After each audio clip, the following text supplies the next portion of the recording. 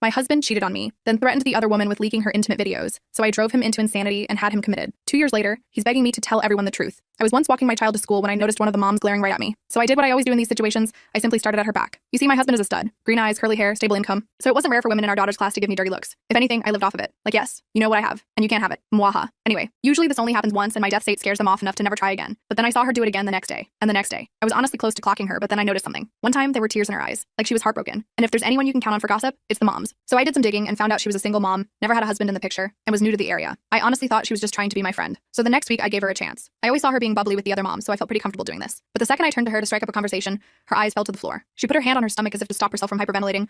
So then I figured it was just social anxiety or something, until I got in the car. Honey, why the F were you talking to that woman? My husband yelled with pure rage in his eyes. Well, my husband never yells, so my first reaction was to start crying. I think he realized he was overreacting, because that's when he put his arm around me and claimed to have not gotten his first coffee of the day yet, as his explanation. I nodded, but fear still clouded my mind. So much so that I didn't even mention the woman again. I was sort of hoping an explanation would just somehow fall into my lap, that it would be simple and lighthearted. Honestly, I think deep down, I knew the truth. That same day, as I got our daughter ready for bed, Ben's mommy told me to give you this. She said if I read it, a monster would come after me. Can you tell me what it says? Ben, of course, is the mystery woman's son. I nodded, thinking it would be some sort of kind-hearted apology. Oh, how wrong I was. At the very top of the piece of paper read, open when you're alone. So I told my daughter I would tell her in the morning, before kissing her forehead and turning off the light. I locked myself in the bathroom. Every possibility ran through my head. Was the teacher a creep? Was my daughter secretly being bullied? But it wasn't any of these things. Luckily, the letter read, your husband has been threatening me. I never knew you guys were together. I'm sorry. That's it. There was no other explanation. It was like some dystopian treasure map written by a person with schizophrenia. So I went downstairs and opened my husband's favorite bottle of whiskey. As soon as he heard the bottle open, he was practically drooling for a glass. I practically filled it to the brim, and he swallowed it down in under a minute. And just as planned, the next morning he was too hungover to go to work or drop off our daughter at school. So like the loving wife I am, I made him breakfast in bed and reassured him that one day off wouldn't do any harm. I dropped off Bella extra early so I wouldn't miss Charlotte, Ben's mom. And that's when I saw her. As soon as she waved goodbye to Ben, I cornered her. One thing about me, I'm a girl's girl. I will always prioritize a woman's safety above all else. Charlotte, I need you to explain what's going on. You have my word that I won't tell. Okay, she said it without hesitation, like she knew this conversation was bound to happen. She then followed me to my car and whipped out her big black iPhone. I wasn't sure what she was doing, but then she opened a message and began to scroll. My heart dropped when I read the name at the top. So before I continue the story, there's some information you need to know. Me picking our daughter up from school is a very new thing. Before it was my husband who was assigned to that. So Charlotte had genuinely believed he was a single, unmarried father. With my own eyes, I read my husband's threats. He had clips of them making love and dozens of intimate photos. He said he would leak them to the school, her family, and her workplace, because she had found out he had a wife, me, and wanted to make sure I knew the truth. I swallowed the bile in my throat. Charlotte took my hand. She promised to help me with whatever part of the divorce process I needed, as long as I made sure her stuff didn't get leaked. But I shook my head. I didn't want that. He had not only broken my heart, but he broke our home. Our baby girl won't get to grow up with two parents. I wanted something worse than divorce, something that would destroy him. I started noticing changes in him about 3 weeks into my plan. Little things at first. Shadows beneath his eyes, a tremor in his hands, the way his gaze darted to his phone every few minutes with mounting anxiety. He was unraveling thread by thread, exactly as I'd intended. Everything okay at work? I asked one evening, my voice dripping with manufactured concern as I set his dinner plate before him. He rubbed his temples, wincing. Roger keeps saying I sent him bizarre emails, but I swear I didn't write them. And yesterday my presentation files were all corrupted somehow. Numbers scrambled, projections completely off. I frowned sympathetically while satisfaction bloomed in my chest. Tara from accounting had come through beautifully with those files. Subtle adjustments that made him look incompetent without being obvious sabotage. That's strange, I murmured,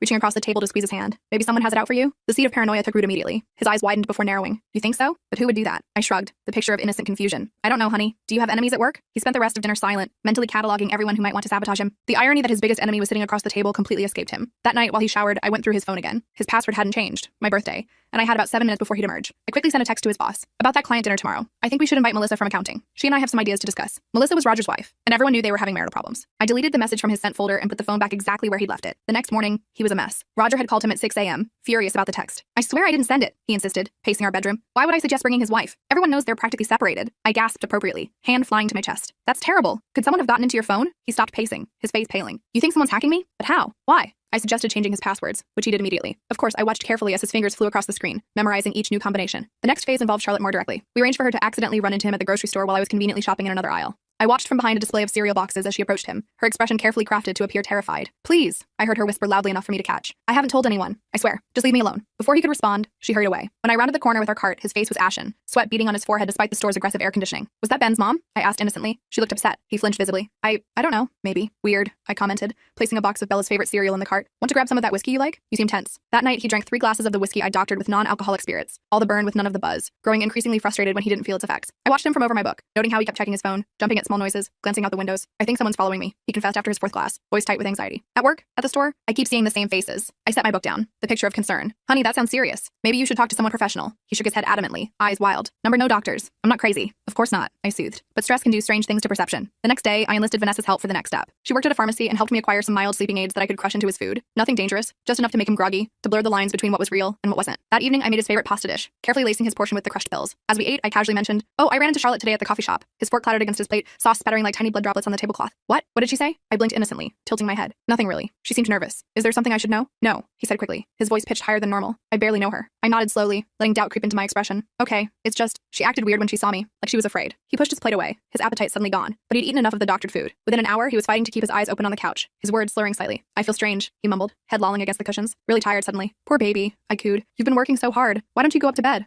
I'll be up after I clean the kitchen. Once he was asleep, I went to work. I moved his wallet from his pants pocket to his sock drawer. I switched his toothbrush with a new one of a slightly different color. I changed the time on his watch by 17 minutes. Small things he might attribute to fatigue or forgetfulness. But my masterstroke came next. I used his sleeping thumb to unlock his phone, then sent messages to 3 women from his contact list. Coworkers, nothing romantic, saying things like, can't stop thinking about yesterday, and let's keep what happened between us. Then I deleted the sent messages but left the confused replies that would come in the morning. The next morning, he was disoriented and confused, running his hand through his hair as he searched the bedroom. My watch is wrong, he muttered, and I can't find my wallet. It's in your sock drawer, I said without looking up for my coffee. You put it there last night, don't you remember? The doubt in his eyes was delicious, like watching dark clouds gather before a storm. I don't think I did that. I looked at him with concern, my brow furrowed just enough. You definitely did. You said you wanted to remember to get new socks today. Are you feeling okay? Before he could answer, his phone chimed, then again, and again. 3 messages in quick succession. I watched as he read them, his face cycling through confusion, panic, and fear. Something wrong? I asked, sipping my coffee. No, he said quickly, shoving the phone in his pocket. Just work stuff. But I could see the questions forming in his mind. What had he done? Had he messaged these women? Why couldn't he remember? Over the next few days, I escalated my campaign. With Tara's help, we arranged for a woman he didn't know to approach him in a coffee shop near his office. You need to stop calling me, she said loudly enough for others to hear. I'm not interested, and I'm going to report you if it continues. He was bewildered, protesting that he had no idea who she was. But the damage was done. People had seen, had heard. Whispers would spread through his professional network. At home, I continued my psychological warfare. Items disappeared and reappeared in strange places. His clothes would be subtly rearranged in his closet. The temperature on the thermostat would change inexplicably. And all the while, I was the perfect concerned wife, suggesting he see a doctor, get more rest, take vitamins for his memory issues. I think someone's coming into our house, he told me one night, his voice tight with fear, eyes darting to the windows. Things keep moving. I'm not imagining it. I widened my eyes, clutching his arm. That's terrifying. Should we call the police? But he backtracked immediately, shaking his head. No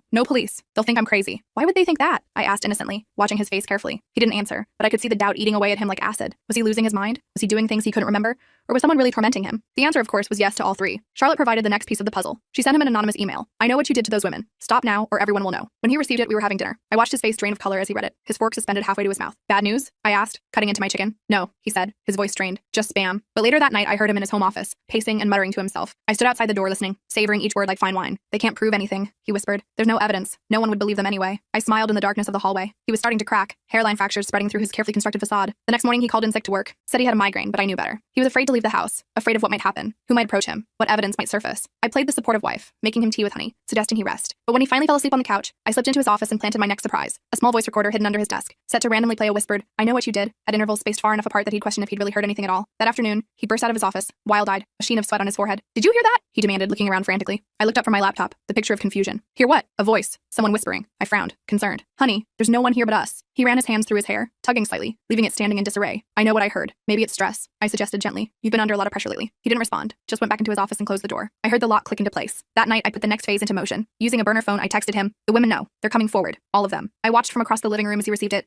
saw the panic bloom across his face like a bruise. He quickly blocked the number, but the damage was done. Everything okay? I asked, looking up from my novel. Fine, he said, his voice strained. Just work stress. I nodded sympathetically. You know you can talk to me about anything, right? The irony of my offer hung in the air between us, unrecognized by him. The next day, Tara called me with news. He'd been acting erratically at work, accusing colleagues of sabotaging his files, checking over his shoulder constantly, locking himself in his office for hours. Roger's concerned, she told me. He's talking about requiring a psychological evaluation. Perfect. That evening, I suggested we have friends over for dinner that weekend. It might help you relax, I said, massaging his shoulders as he sat rigidly at the kitchen island. You've been so tense lately. To my surprise, he agreed, nodding slowly. Perhaps he thought appearing normal to our friends would help him feel normal. Little did he know I had already coordinated with Charlotte, Vanessa, and Tara. Each would play their part in what I was now thinking of as his final unraveling. The dinner party was set for Saturday. I spent Friday preparing, cooking his favorite foods, setting the table with our best china. He seemed calmer, almost hopeful that things were returning to normal. That night, while he slept, I made my final preparations. I placed a woman's earring, not mine, under his side of the bed, just visible enough to be found eventually. I installed a small device Tara's IT friend had given me that would make our smart home system go haywire during dinner, lights flickering, music changing, thermostat fluctuating, and I made sure the doctored whiskey was fully stocked. Saturday arrived. I was a bundle of nerves and excitement as I prepared the final touches for dinner. Our guests would arrive at 7, 2 couples we'd known for years, plus a surprise I'd arranged. At 6, he came downstairs looking better than he had in weeks. He'd shaved, dressed in his favorite blue shirt, even styled his hair. For a moment, I felt a pang of something, not quite regret, but remembrance of who I thought he was before I knew the truth. You look nice, I said, and meant it. He smiled, the first genuine smile I'd seen in weeks. Thanks. So do you. I'm looking forward to tonight. I think I've been, I don't know, going through something, but I feel clearer now. I nodded, hiding my disappointment. Had he stabilized? Was he adapting to my psychological warfare? I couldn't have that. Honey, I said casually, could you check the guest bathroom? I think the light bulb might be out. While he was upstairs, I quickly sent a text from my burner phone to his. I'll be at your house tonight. Time to face what you've done. I heard his phone chime upstairs, followed by silence. Then footsteps. Faster, heavier than before. He came down looking pale again, a vein pulsing at his temple. Everything okay? I asked, arranging cheese on a platter. Fine, he said tightly, knuckles white where he gripped the banister. The bulb is fine. Our first guests arrived at 7 on the dot. Nathan and Stephanie, a couple we'd known since college. Next came George and Beverly, neighbors from down the street.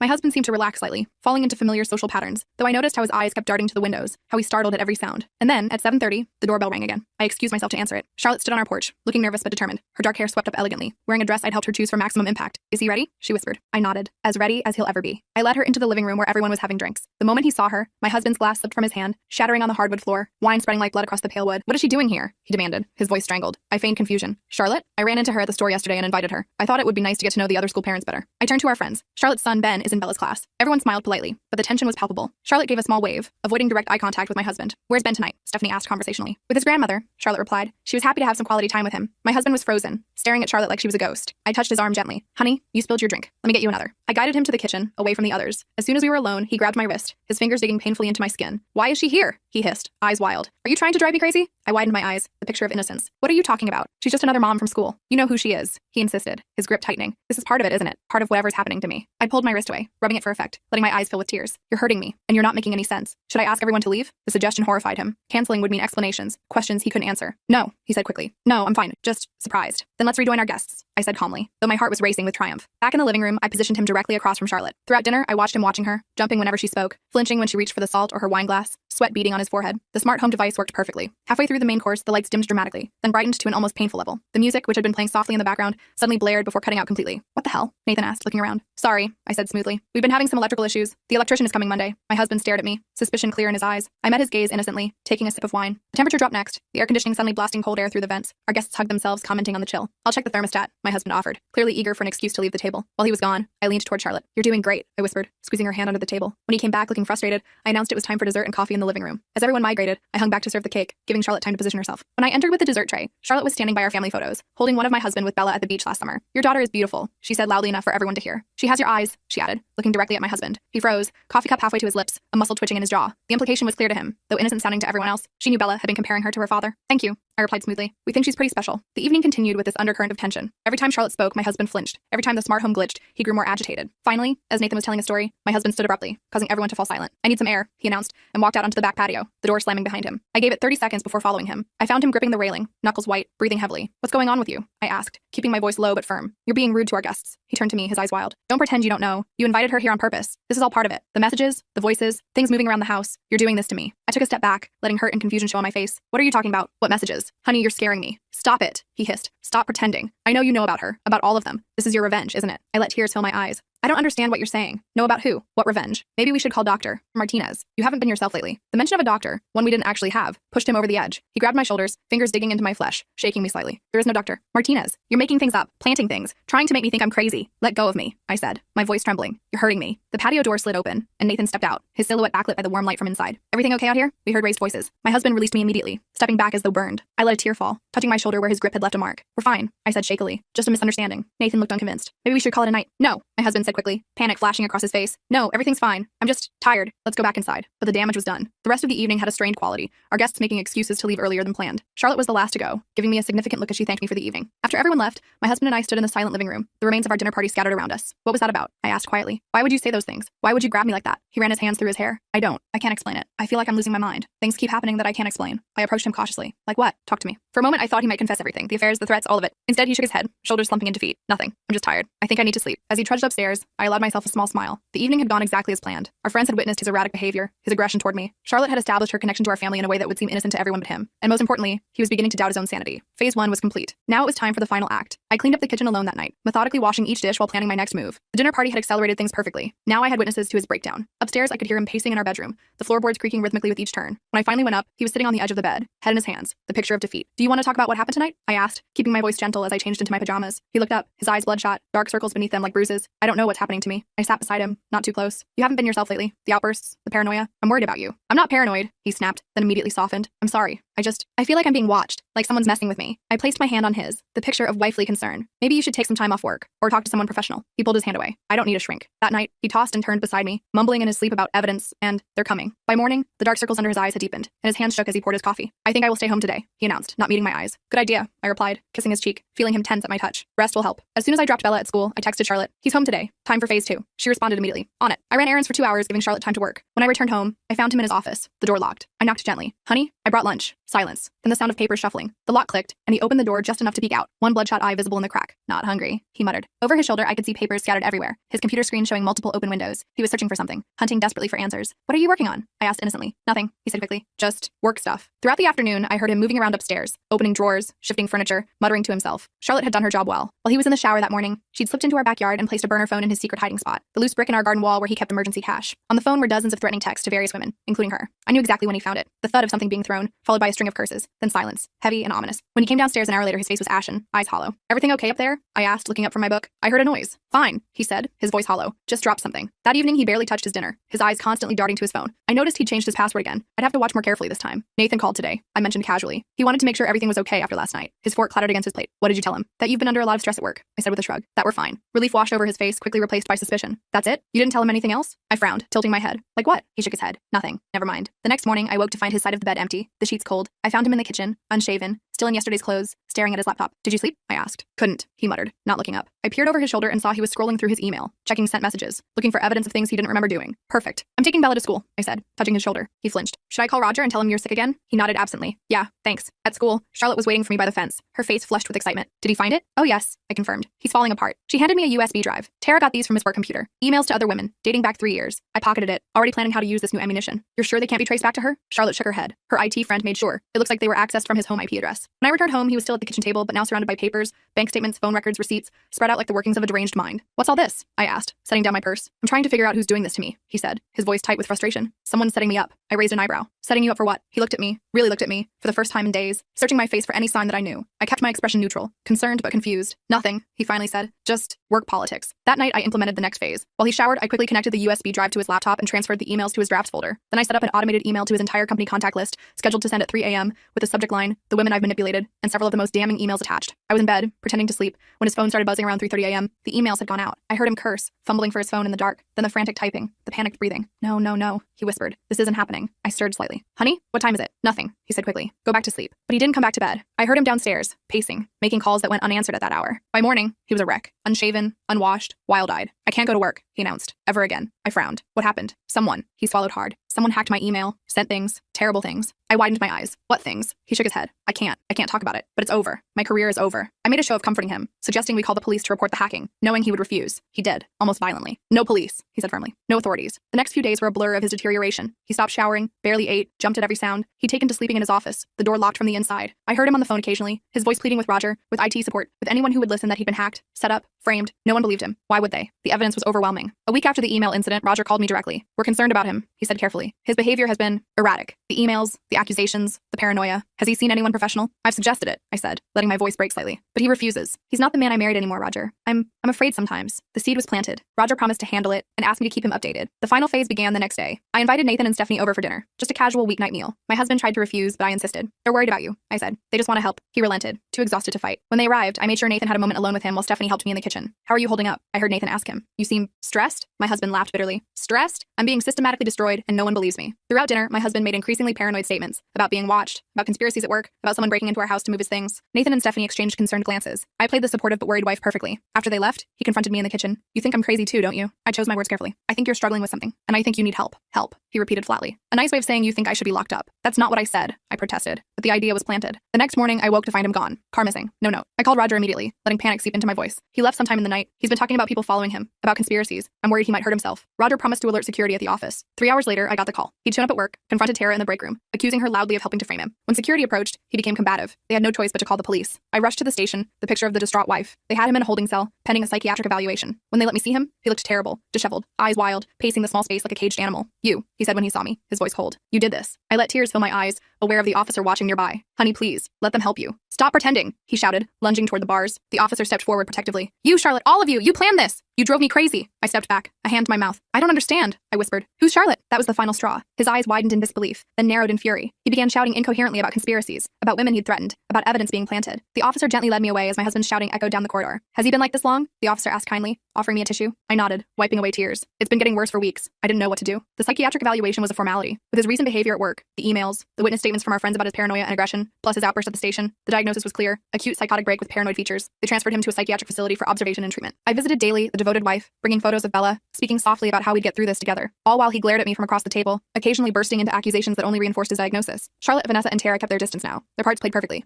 The evidence of his affairs, his threats, his manipulation existed only in private messages between us, in the burner phone I disposed of, in conversations no one else had witnessed. To the world, he was simply a successful man who had suffered a breakdown under the pressure of work and family responsibilities. A tragic but not uncommon story. 3 weeks after his commitment, I filed for divorce on grounds of his mental instability. The judge granted me full custody of Bella, our house, and most of our assets. His parents, horrified by his condition but sympathetic to me, didn't contest anything. I visit him occasionally, always with Bella, always playing the role of the supportive ex-wife who still cares. He's heavily medicated now, his accusations muted by antipsychotics. Sometimes I see a flash of the old clarity in his eyes when he looks at me, but it quickly fades. No one believes a madman. Charlotte moved away last month, a fresh start in a new city. Before she left, she hugged me tightly. "You're terrifying," she whispered, "but I'm glad we met." I smiled. Girl's girl, remember? We protect each other. As for me and Bella, we're doing fine. I've started dating again. A kind, honest man who treats me like gold. Bella asks about her father sometimes, and I tell her he's sick, that he loves her but his brain is confused right now. Someday when she's older, perhaps I'll tell her more, or perhaps not. Some stories are better left untold. I still have the evidence, of course. Everything Charlotte showed me that day in my car, everything Vanessa and Tara contributed. Insurance, just in case, but I doubt I'll need it. His doctors say his condition is chronic, that his paranoid delusions about conspiracies and being framed are deeply entrenched. Sometimes I wonder if what I did was wrong, if there was another way. But then I remember his threats, the women he hurt, the fear in Charlotte's eyes. I remember how easily he lied, how completely he fooled me for years. No, he got exactly what he deserved. A prison of his own making, reinforced by the very manipulation tactics he used on others. Poetic justice, really. And me? I sleep just fine at night.